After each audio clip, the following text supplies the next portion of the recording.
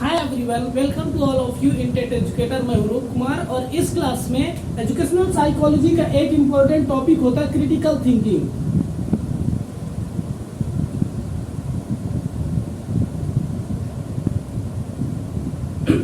इस टॉपिक को in detail in depth समझेंगे कि वास्तव में क्रिटिकल थिंकिंग क्या है। तो इसको देखिए, हिंदी में बोलते हैं समालोचनात्मक या आलोचनात्मक चिंतन हिंदी में। पर अब क्रिटिकल थिंकिंग क्या है, इसको जानने समझने से पहले एक सामान्य सा क्वेश्चन आता है कि भाई क्रिटिकल थिंकिंग समझ लेंगे, पहले हमें ये बता दीजिएगा कि ये थिंकिंग क्या है, यानी सोचना या कि चिंतन क्या है। ठीक है, तो सबसे पहले क्वेश्चन सिंपल सा बनता है। क्वेश्चन फर्स्ट होना चाहिए कि व्हाट इज थिंकिंग इटसेल्फ, यानी विचार चिंतनशीलता या कि विचार करने की योग्यता, ये क्या है, यानी थिंकिंग क्या है। तो जब हमें ये जानना इंपॉर्टेंट हो जाए कि सोचना क्या है या चिंतनशीलता क्या है, तो मैं एक बात ये बता देता हूँ। ये बड़ी सिंपल सी बात है, हम सभी के अंदर ये पाई जाती है। किसी भी इंडिविजुअल में थिंकिंग क्या है, एक मानसिक योग्यता है। मानसिक योग्यता यानी मेंटल एबिलिटी, कॉग्निटिव एबिलिटी, आप इसको मनोविज्ञान की भाषा में बोल सकते हैं कि किसी भी व्यक्ति के अंदर ये एक मेंटल एबिलिटी होती है। और वो कैसे काम करती है, पहले वो इंफॉर्मेशन को, यानी जो सूचना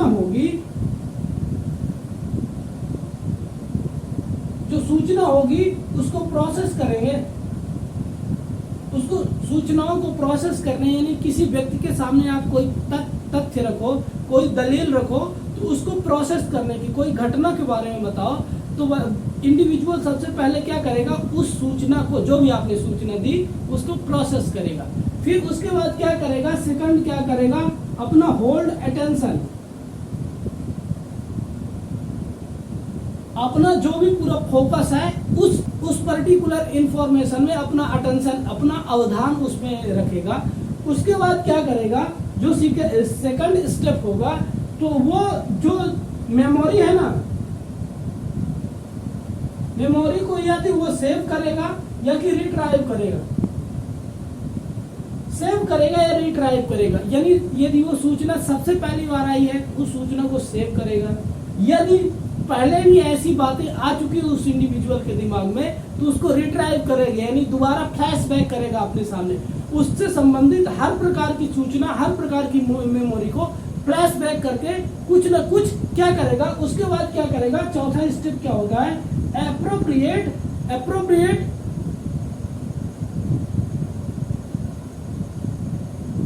वह इंडिविजुअल अपनी विजडम, अपनी मानसिक योग्यता, अपनी क्षमता, अपने ज्ञान के अनुसार एप्रोप्रिएट रिस्पॉन्स करेगा या कि एक्शन लेगा।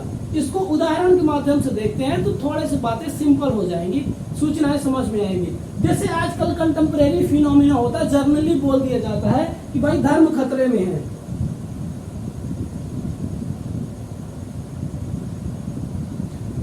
मतलब बहुत सारे अपने सामाजिक राजनीतिक स्वार्थों को मतलब सिद्ध करने के लिए, अपने ऑब्जेक्टिव को फुलफिल करने के लिए, प्राप्त करने के लिए, सिंपल सी बात बोलती है, बहुत सारे डिफरेंट सोसाइटीज के इंडिविजुअल को बोला जाता है, डिफरेंट रिलीजन को मानने वाले व्यक्तियों को बोला जाता है भाई धर्म खतरे में है।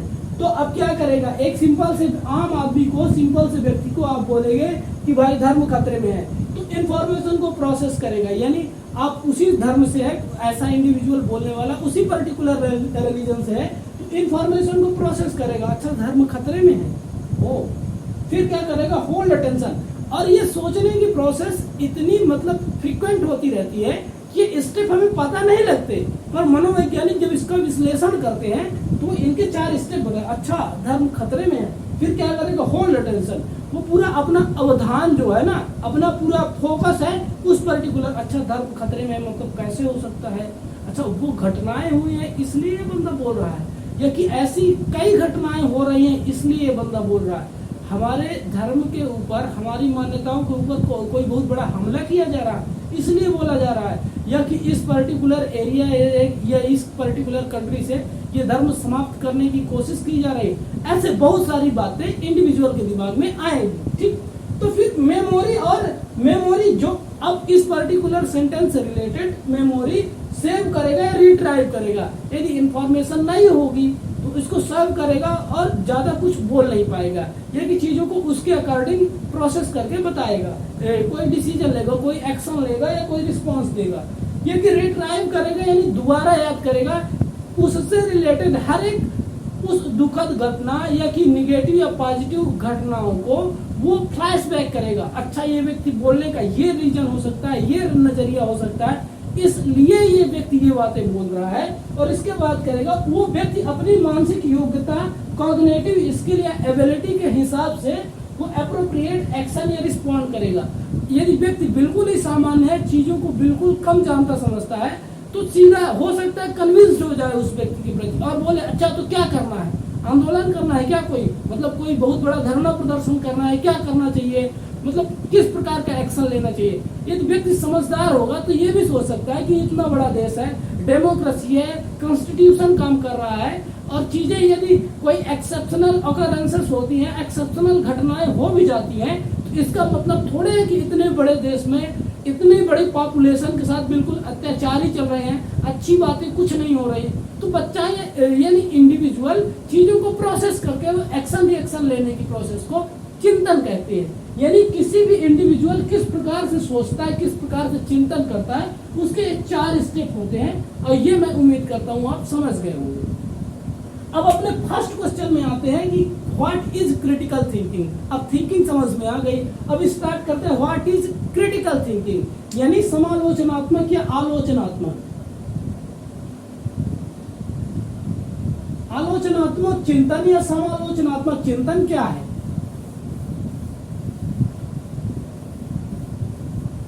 तो देखिए, आलोचनात्मक या समालोचनात्मक किसी व्यक्ति, ये यहाँ पे कोई व्यक्ति हो सकता है, कोई वस्तु हो सकती है या कि कोई घटना भी हो सकती है।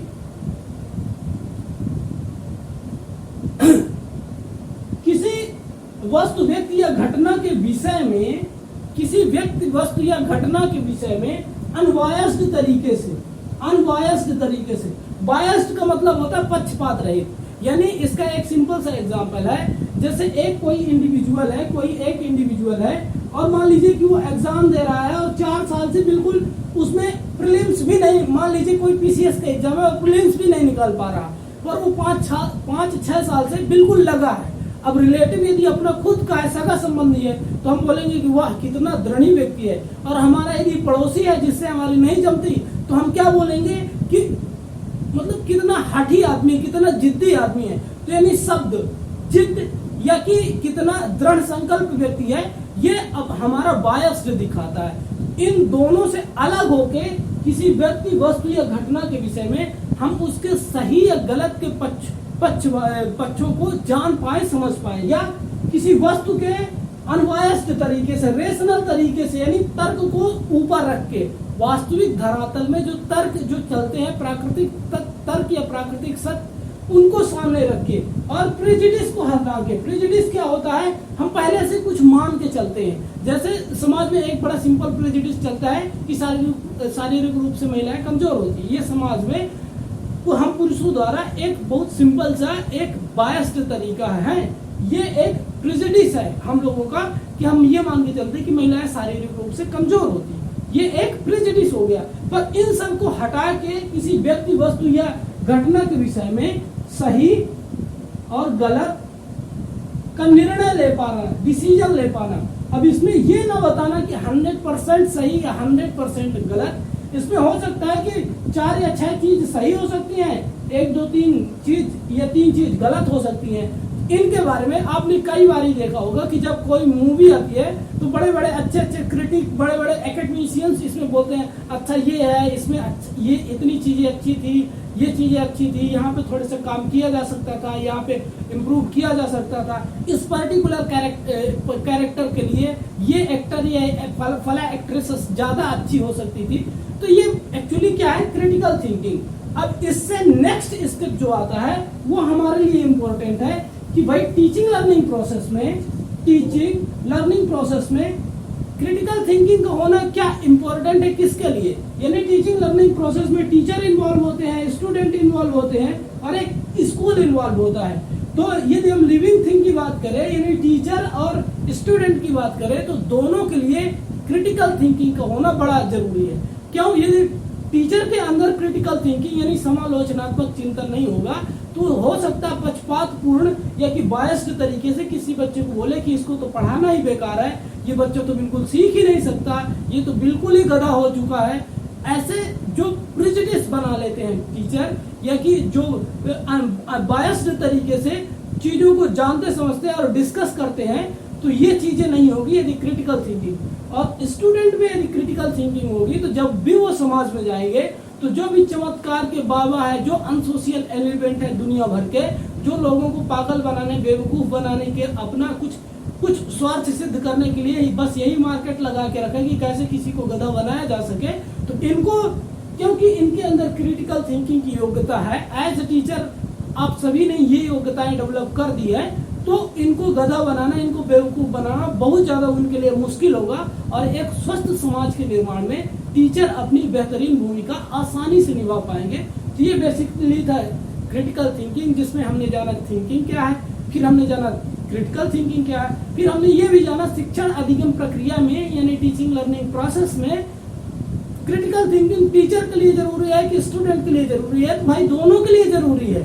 टीचर भी बायस्ड न रहे, टीचर रेशनल रहे, पक्षपात रहित रहे, अपने स्वधर्म का पालन करे और शिक्षा का जो उद्देश्य है बच्चों का सर्वांगीण विकास, उसको प्राप्त करने में अपना पूरी जी जान लगा के मेहनत करे। शिक्षा मनोविज्ञान के सिद्धांतों को पालन करे, केवल थ्योरी न पढ़े, उनको प्रैक्टिकली अपने कैरेक्टर में लाए, अपने एक्शन में लाए और बढ़िया से टीचिंग लर्निंग प्रोसेस हो। यही उद्देश्य है और ये क्लासें यहीं तक। मिलते हैं किसी नए कॉन्सेप्ट के साथ एजुकेशनल साइकोलॉजी में। तब तक के लिए wish you best of luck for your next upcoming examination. Thank you so much for watching this video. Thank you.